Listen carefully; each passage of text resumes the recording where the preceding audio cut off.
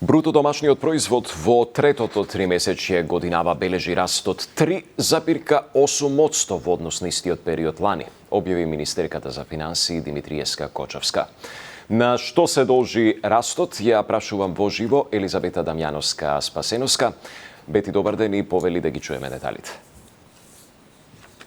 Благодарам, Бурче.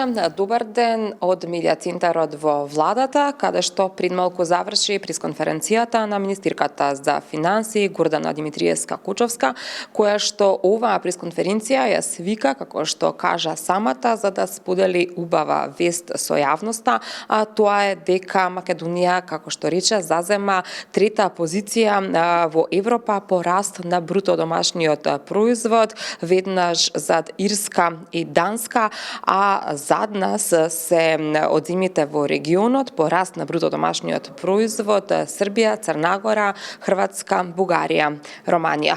Инаку, според податоците на Државниот завод за статистика, реалниот раст на БДП во третиот квартал од 2025 година изнесува 3,8%, што е забрзување за 2,9% во првиот и 3,5% во вториот квартал.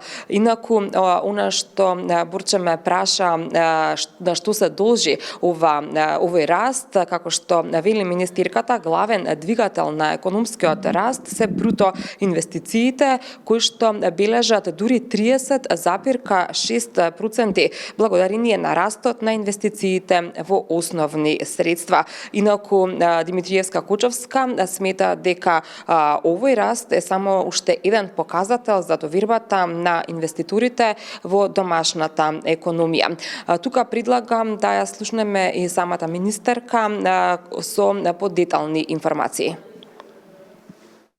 Во споредба со земјите од регионот и од Европската Унија, согласно податоците за третиот квартал 2025 година, Македонија е на третото место по раст на БДП, при што повисок раст е забележан во Ирска и Данска. Повторувам, за третиот квартал од 2025. Главниот двигател на растот во третото тромесечие бреа бруто инвестициите, кои се зголемија за исклучително високи 30,6%, пред се како резултат на силниот раст на инвестициите во основни средства. Високиот раст на инвестициите во овој период доаѓа како комбинација на неколку позитивни трендови во економијата. При тоа се истакнува придонесот на инвестициската активност на домашните предпријатија, имајќи ја во вид високата искористеност и заинтересираност за поволната кредитна линија обезбедена од владата. Важен придонес кон растот на инвестициите имаше и силната посветеност на владата на капиталните инвестиции и оптимизацијата на нивните трошоци, динамика и услови за градба. Оптимизацијата на капиталните инвестиции значеше и интензивирана реализација на големите инфраструктурни проекти, финансирани од државата, како што се коридорите 8 и 10. Дополнително, значаен двигател на бруто инвестициите беше и поддршката на општините за реализација на капитални инвестиции со цел порамномерен регионален развој и унапредување на животот на граѓаните. Сумарно, ваквиот позитивен тренд кај инвестициите укажува на исправноста на владините политики, дури и во исклучително предизвикувачки периоди за глобалната економија.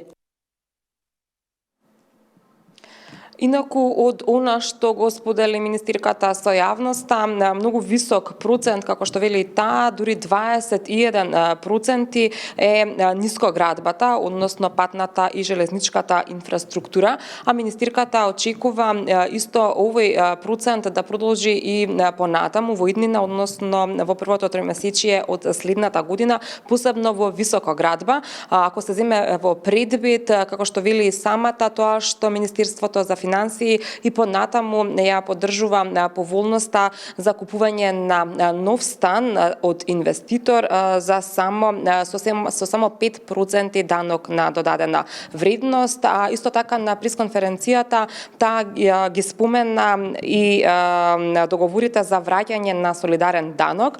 Како што рече, на затворена седница во владата веќе биле донесени одредени одлуки на кои што дел од фирмите на кои што треба да им биде вратен солидарниот данок се согласиле истиот да биде вратен во рок од 2 години, а дел од нив дури се откажале и од затезната камата.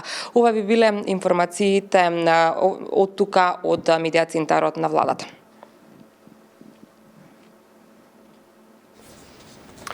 Ти благодарам. Елизабета Дамјановска-Спасеновска во живо пред владата за растот на БДП-то.